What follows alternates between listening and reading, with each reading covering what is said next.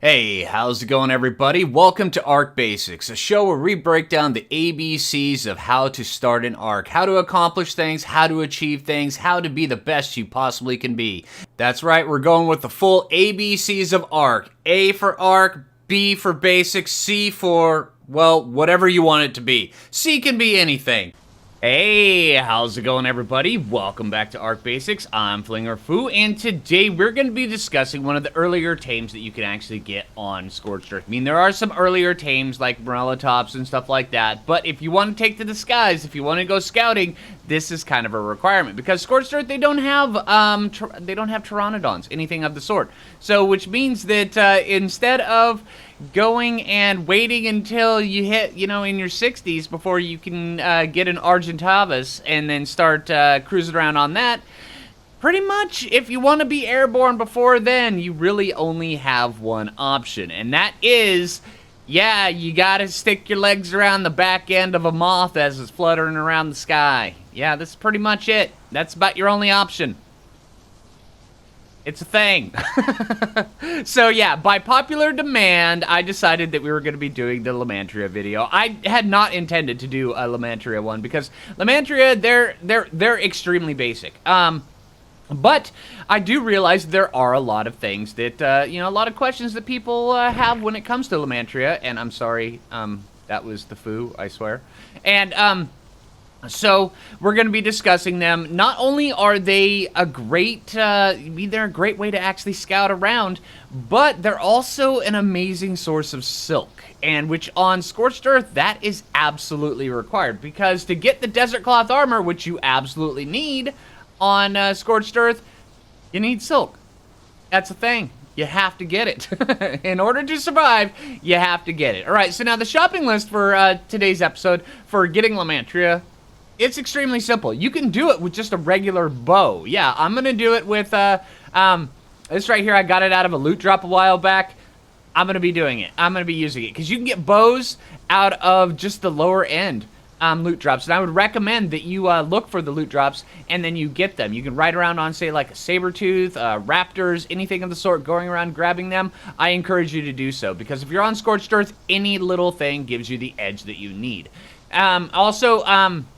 I did bring along a crossbow. I'm not sure if I intend on using it. I think I want to knock one out with one of these things just because, I like using bows. Don't judge me. All right, but the rest of the shopping list you're going to need, you're going to either need some berries, this is actually one of the only, actually, I think it is the only herbivore flyer. So, yeah, you tame moths with berries. It's pretty good. I'm going to use regular kibble. That's the type of kibble that they use, so I'm going to be using regular kibble. Alright, it's encouraged that you do have a bola on you, and then also you can have a tent. The tent is optional, alright? But, yeah, I will show you a couple different ways of taming them. Alright, so, now that we've got the basic thing out of the way, let's throw out our handy-dandy pocket thyla, because every new survivor is supposed to have one of these in their pocket, right? No, that's absolutely not it. Take whatever you want. You can tame these guys on foot. You can ride around on a Morellatops, and when you see one, you can bull it from the back of the Morellatops, and then just shoot it. Yeah, knock it out and do stuff like that, have your way with it. Throw some berries on it, stuff like that, or you could just bull it and then smack it. And get some silk. It's fine. It's fine. Alright, so let's get out here and let's go see if we can find a couple moths. Moths are actually not that hard to find. They're a little bit... I'm closer to, actually, they're all over the place. But, stay away from the high desert. I mean, you can find them over in the high desert if you're looking for them. But for the most part, they're just everywhere on Scorched Earth. So, alright, let's go see if we can find one. Alright, I see a moth. Alright, so now the easiest way to actually tame a moth is you just take and you put the bolas down in your hotbar. You wait for it to land. And kind of chase it a little bit.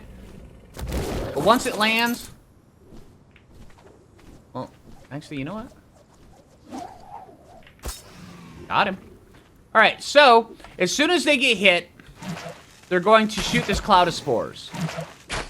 And what the cloud of spore does, it slows you down dramatically. It reduces your movement speed by 90%. So if you get hit with this thing, it's gonna cause you issues. Now, if we don't put... Oh, hey, oh, okay, hey. That was pretty easy. All right, that was a little bit easier than I thought. All right, this guy's only level 25. But you also have to be careful when you're knocking them out with arrows like I was. They have very little hit points. So, yeah, just be mindful of that. All right, so I'm going to get this guy tamed up really quick, and then we're going to go out and see if we can find another one, because I want to try another tactic, because there are several tactics. Oh, there's terror birds over there. Come here.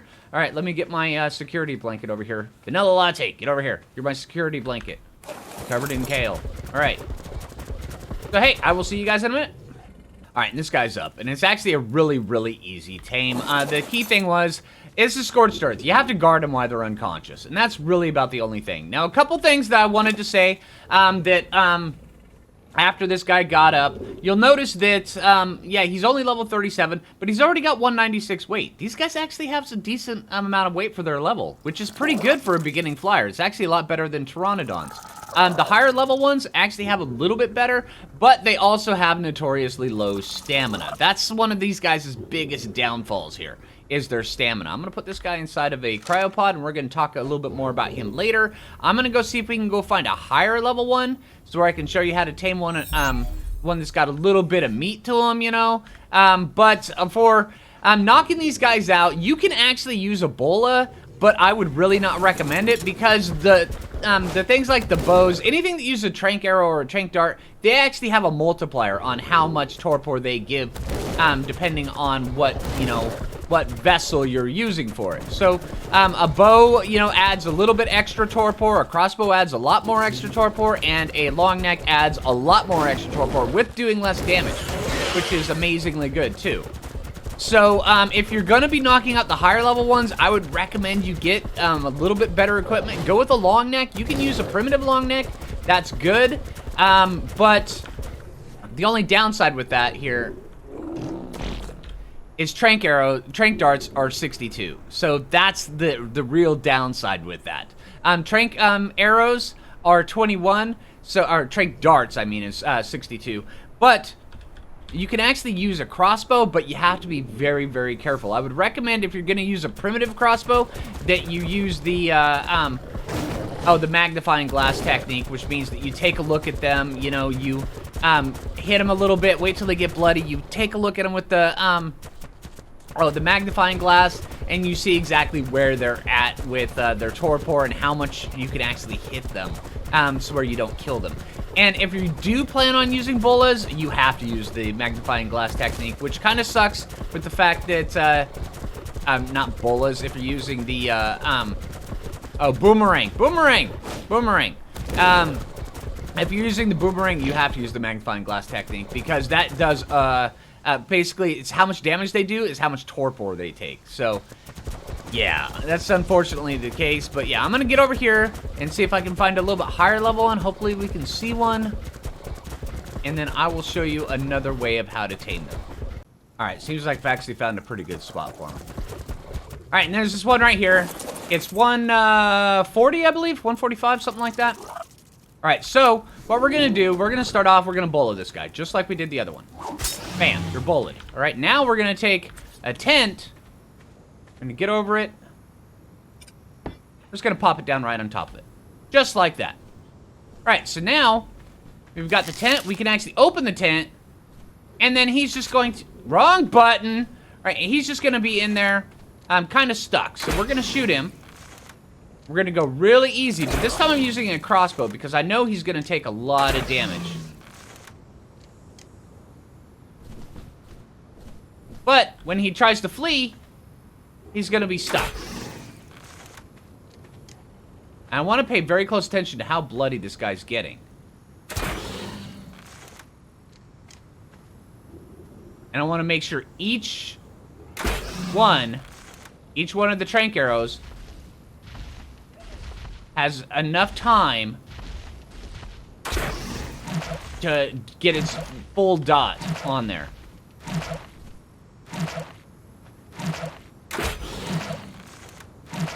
Because you definitely don't want to kill these things. Right, how much?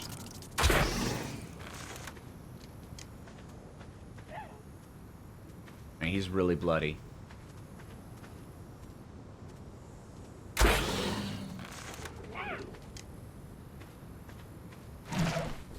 There he goes. Now he's out. All right, see, the key thing is you shoot your crossbow, and then you pretty much, you count to 10. By the time you're done counting to 10, the full dot is taking effect, and then he's gotten his, all of his torpor done to him. Because this guy, he's got 5,000 torpor. He's only got 1,300 hit points. We almost killed him. He only had 2, I could have only hit him 2 more times before he died. All right, so I'm going to throw some kibble on him, and then I'm going to get him tamed up, and then we're going to take him back to base. But also, another thing I want to show you is these guys have got 231 weight. They're actually pretty good. I mean, yeah, not bad.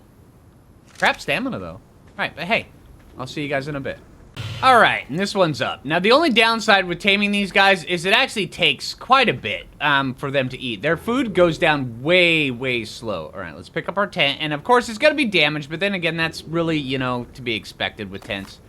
All right, so now that he's out of there and he's no longer stuck in the ground, all right, we can take a look at his stats.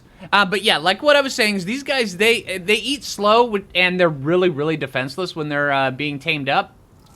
So you have to pay very close attention. I think I only had to deal with 2 Microraptors while I was taming this guy up. But, yeah, if you're going to be taming it, you need to make sure that, yeah, you're guarding it. Because they're going to get dead really quick if you aren't paying attention. All right, so this guy right here, he already has quite a bit of health. That's one of these guys' perks. They get a lot of health, they get a lot of weight. Melee damage, I don't even know why these guys have a melee damage stat, but it's a thing. But he's got 262 weight. It's a lot better than a Pteranodon. Yeah, it's kind of cool. All right, 442 stamina. Not bad, not good, but it's a thing. All right, now let's get this guy back to base. We're going to discuss a few more things. All right, so here's the higher level one, and here's the lower level one. Let's take a look at the lower level one. All right, you can see that the differences between the two, well, weight really didn't change all that much from this one to the other one. It's probably the roll that affected that as well, but also they don't get a bunch per increase, which kind of sucks. Their health, a lot has changed between this one and the other one. Stamina, so-so. Melee damage really doesn't matter. All right, but let's take a look at this one. This guy right here is actually pretty good. All right, now, granted, he was level 140, so you would expect him to be pretty good, but this is actually a really good roll. All right, so we're going to take a look. What does it take to make these guys saddles? It's actually not too bad. Let's see. Lymantria. All right, so it's level 36 to tame it, so it's not, you know, super, super beginning, but it's, you know, you're well on your way. You've already got access to metal tools and stuff like that, and so you're ready to take the next step and then get into flying and then go scout around. So that's actually kind of, it's like perfectly placed in the level meter. So let's see.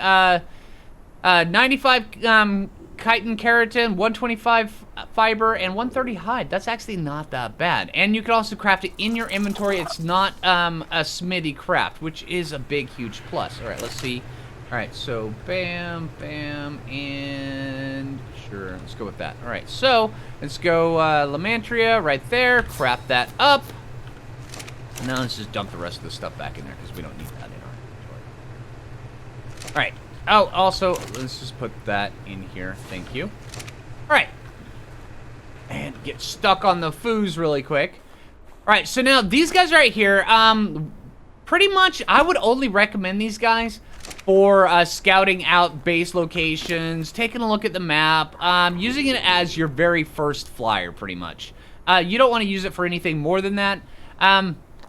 Really, I mean, some people say, you know, hey, take one of these things and go, get, you know, wyvern eggs with them. I would not recommend that.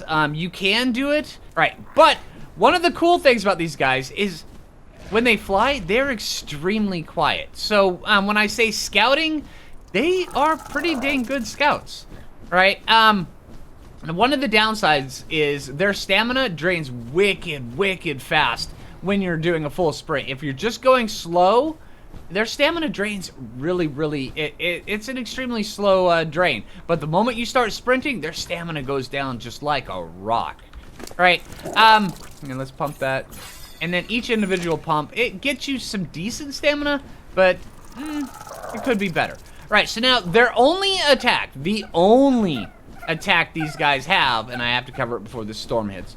All right, the only attack these guys have is a fart cloud.